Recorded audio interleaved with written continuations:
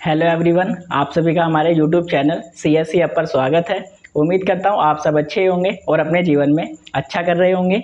आज की इस वीडियो में हम दो टॉपिक कवर करेंगे। पहला हमारा वेरिएबल क्या होता है और नंबर दूसरा कांस्टेंट क्या होता है। वेरिएबल कितने टाइप के होते हैं और इनको कैसे डिक्लेयर किया जाता है, इसका फुल डिटेल हम इस वीडियो के अंदर देखने वाले हैं। तो सबसे पहले हम देख लेते हैं हमारा वेरिएबल क्या होता है। अगर बेसिकली सिंपल भाषा में देखा जाए तो वेरिएबल क्या होता है, एक हमारा नेम होता है जो हमारी मेमोरी लोकेशन को दिया जाता है।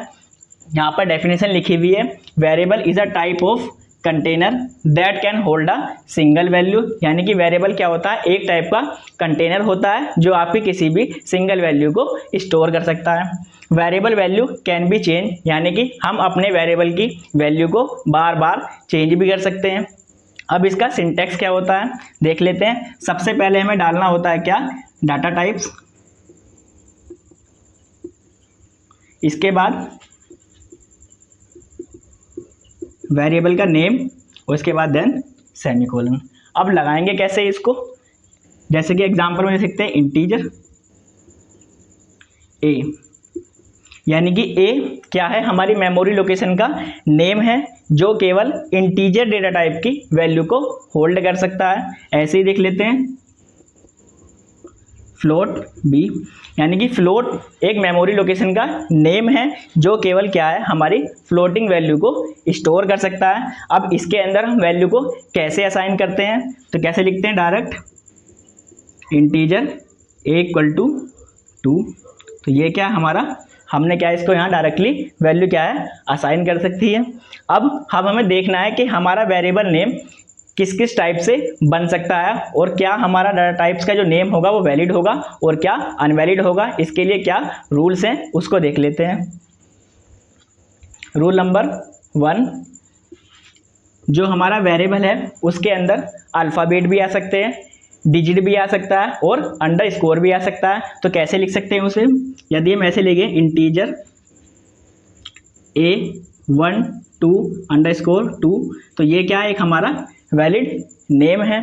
यदि हम इसको ऐसे लिखने की कोशिश करें इंटीजर 2A, तो ये हमारा क्या है, इनवैलिड है।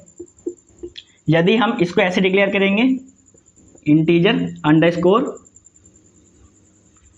_A2, तो ये क्या है, हमारा एक वैलिड डिक्लेरेशन है। अब रूल नंबर 2 क्या कहता है, जो हमारा वेरिएबल नेम है उसके अंदर कोई भी वाइट स्पेस नहीं होना चाहिए। मतलब यदि हम ऐसे लिखते हैं इंटीजर ABCD, ये तो हमारा क्या है, एक डिक्लेरेशन करेक्ट है। यदि हम इसको ऐसे लिखें इंटीजर AB स्पेस CD, तो ये हमारा क्या है, एक इनवैलिड डिक्लेरेशन है। ये क्या कहता है, रूल नंबर हमारा 2, यानी कि जब भी हम अपने वेरिएबल को डिक्लेयर करेंगे तो हमें इस बात का ध्यान रखना है जो भी हमारा वेरिएबल नेम होगा इसके बीच में कोई भी वाइट स्पेस नहीं होना चाहिए। रूल नंबर क्या होता है 3, जो हमारा वेरिएबल नेम है वो हमारा कोई भी रिजर्व कीवर्ड नहीं होना चाहिए। मतलब जैसे यदि हम लिखने की कोशिश करें इंटीजर और यहाँ पर हम क्या लिख दें फिर से इंट, तो इंट हमारा पहले से ही क्या है, डिक्लेयर है, यानी क्या है, ड्राइव डाटा टाइप है, तो हम इसको ऐसे डिक्लेयर नहीं कर सकते। ये क्या हमारा एक इनवैलिड है। और क्या हो सकता है, जो हमारा मोस्टली हम अपने वेरिएबल को डिक्लेयर करते हैं वो हम किस में डिक्लेयर करते हैं, स्मॉल अल्फ़ाबेट में, यानी कि इंटीजर AB या फिर इंटीजर AB_C2, ये भी हमारे सब क्या है, एक वैलिड सिंटैक्स है। तो आपको क्या याद रखना है, जब भी हम अपने वेरिएबल को डिक्लेयर करेंगे उसके अंदर अल्फ़ाबेट भी आ सकता है और डिजिट भी आ सकती है और अंडरस्कोर भी आ सकता है। नंबर 2, क्या बात ध्यान रखनी है, जब भी हम अपने वेरिएबल को डिक्लेयर करेंगे तो जो उसका नाम रखेंगे हम उसके बीच में कोई भी वाइट स्पेस नहीं होना चाहिए। रूल नंबर 3, जो हमारा वेरिएबल का नेम होगा वो पहले से ही कोई हमारा रिजर्व कीवर्ड नहीं होना चाहिए। रूल नंबर 4, जो हमारा वेरिएबल का नेम होता है वो मोस्ट ऑफ द केस में हम क्या करते हैं, हमेशा स्मॉल लेटर से स्टार्ट करते हैं। ऐसा नहीं हम कैपिटल लेटर से नहीं बना सकते, कैपिटल लेटर से भी डिक्लेयर कर सकते हैं, लेकिन ज़्यादातर हम किस में, स्मॉल लेटर के अंदर डिक्लेयर कर देते हैं। अब देखते हैं हमारे वेरिएबल के कितने टाइप होते हैं। सबसे पहला टाइप हम देखने वाले हैं लोकल वेरिएबल। क्या डाल देंगे, local variable. Number second global variable, number third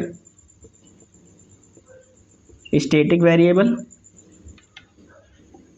और नंबर फोर में हम क्या लगा सकते हैं, ऑटोमेटिक वेरिएबल। अब सबसे पहले हमें देखना है लोकल वेरिएबल क्या होते हैं। यानी कि लोकल वेरिएबल वो वेरिएबल होते हैं जो किसी भी फंक्शन या फिर ब्लॉक के अंदर डिक्लेयर किए जाते हैं। मतलब वो जो हमारा वेरिएबल होता है उसे उस फंक्शन के बाहर एक्सेस नहीं किया जा सकता। यदि कहीं पर हम इस प्रकार का डिक्लेरेशन करते हैं तो वो हमारा क्या कहलाता है, लोकल वेरिएबल कहलाता है। इसका एग्जाम्पल देख लेते हैं। यदि हम लिखें क्या, वॉइड फंक्शन, और इसके अंदर डिक्लेयर कर दें क्या, इंटीजर a इक्वल टू 20, और इसको हम यहाँ पर बंद कर दें। अब यहाँ पर हम क्या लिखें, यदि मेन, और यहाँ पर हम प्रिंट कर दें क्या, प्रिंट एफ परसेंटेज डी, और किसको प्रिंट कर दें, ए को। तो यहाँ पर हमारा क्या है, ए की वैल्यू को हम यहाँ पर एक्सेस नहीं कर पाएंगे, क्योंकि केवल यहाँ पर जो हमने इंटीजर ए डिक्लेयर किया है तो ये हमारा क्या है, लोकल वेरिएबल। इसका मतलब क्या है, इसका एक्सेस कहाँ पर, यहीं पर किया जा सकता है। इस फंक्शन के अंदर ये क्या है, वैलिड है, अदरवाइज क्या है, इनवैलिड है। अब इसके बाद दूसरा देख लेते हैं हमारा ग्लोबल वेरिएबल। जो ग्लोबल वेरिएबल क्या होते हैं, यानी कि वो वेरिएबल जो हमारे फंक्शन के आउट यानी कि बाहर डिक्लेयर किए जाते हैं। मतलब उनको किसी दूसरे फंक्शन के अंदर भी यूज़ किया जा सकता है। तो ऐसे वेरिएबल क्या कहलाते हैं, हमारे ग्लोबल वेरिएबल। तो जैसे कि हम लिख सकते हैं हैज़, इंक्लूड और studio.h, और यहाँ पर यदि हम डिक्लेयर कर दें क्या, इंटीजर a इक्वल टू 20, और हम यहाँ पर क्या लगा दें, अब मेन फंक्शन लगा दें, और यहाँ पर क्या कर दें, हम इसको प्रिंट कर दें क्या, प्रिंट एफ परसेंटेज डी। अब यहाँ पर किसकी वैल्यू प्रिंट कर दें, ए की। तो जब हम इस स्टेटमेंट को रन करेंगे तो हमारे ए की वैल्यू क्या होगी, 20 प्रिंट हो जाएगी। यानी कि इसका मतलब इस वेरिएबल को हमने कहाँ पर डिक्लेयर किया था, अपने किसी फंक्शन या फिर ब्लॉक के बाहर एक्सेस डिक्लेयर किया था, लेकिन उसे एक्सेस कहाँ कर रहे हैं, अपने किसी फंक्शन या फिर ब्लॉक के अंदर। तो इस प्रकार के डिक्लेरेशन को हम क्या बोलते हैं, अपना ग्लोबल वेरिएबल। अब थर्ड देख लेते हैं स्टैटिक वेरिएबल, और फोर्थ देख लेंगे ऑटोमेटिक वेरिएबल।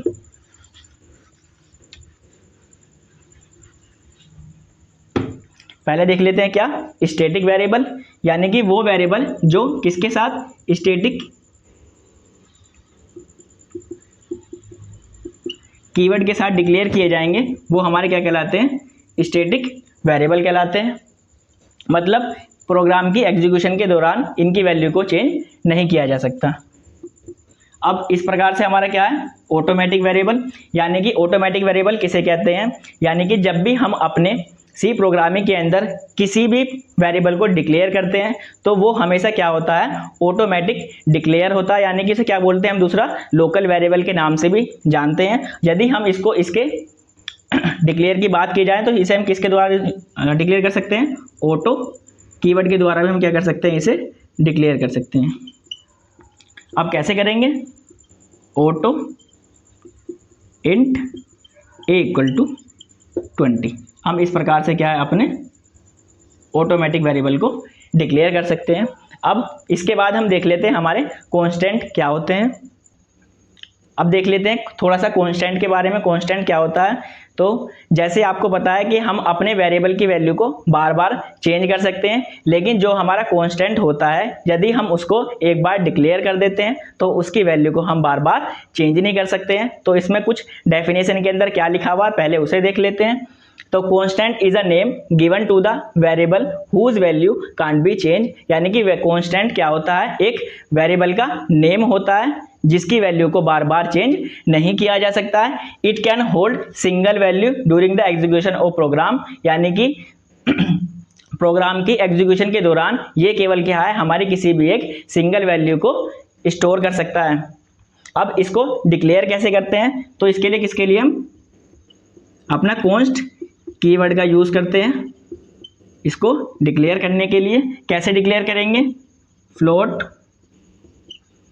PI बराबर 3.14, यानी कि PI हमारा क्या है, एक ऐसा वेरिएबल है जो हमारी क्या है, एक फ्लोटिंग वैल्यू को स्टोर कर रहा है। लेकिन इस टाइम अभी केवल PI क्या है, हमारा एक वेरिएबल है, क्योंकि इसके आगे क्या नहीं लगा हुआ है, कांस्टेंट नहीं लगा हुआ। यदि हम इसके आगे क्या लिख दें, कांस्टेंट लिख दें, तो अब क्या है, PI एक ऐसा वेरिएबल है जिसकी वैल्यू अब पूरे प्रोग्राम की एग्जीक्यूशन के दौरान कभी भी चेंज नहीं की जा सकती। यदि हम इसके आगे कांस्टेंट नहीं लिखेंगे तो हमारा क्या होगा, सिंपली एक वेरिएबल का डिक्लेरेशन होगा।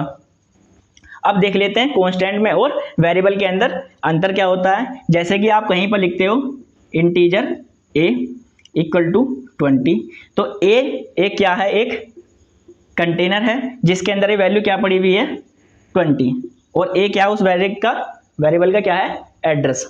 यदि हम अब इसको क्या कर दें, इंटीजर a इक्वल टू 10, तो अब यहाँ से ये वाली वैल्यू कट के क्या हो जाएगी, 10, यानी कि a मेमोरी लोकेशन पर इस समय वैल्यू क्या पड़ी हुई है, 10। और इसको यदि फिर से चेंज कर दें, इंटीजर a इक्वल टू 5, तो अब 10 के उठ के क्या हो जाएगा, 5, यानी कि हम अपने वेरिएबल की वैल्यू को बार बार चेंज कर सकते हैं। लेकिन कांस्टेंट के अंदर ऐसा नहीं होता है। यदि आप एक बार कांस्टेंट को डिक्लेयर कर दोगे तो उसकी जो वैल्यू रहेगी वो पूरे प्रोग्राम की एग्जीक्यूशन के दौरान एक ही रहने वाली है। यानी कि ये क्या है, हमारी मेमोरी लोकेशन, और P1 क्या है, इस मेमोरी लोकेशन का नेम, जिसके अंदर वैल्यू कितनी पड़ी हुई है अभी, 3.14। अब आप इसे प्रोग्राम की एग्जीक्यूशन के दौरान बार बार चेंज नहीं कर सकते हैं। तो उम्मीद करता हूँ आपको ये वेरिएबल और कांस्टेंट वाली वीडियो पसंद आई होगी। यदि आप हमारे चैनल पर नए हैं तो please like and subscribe. Thank you so much.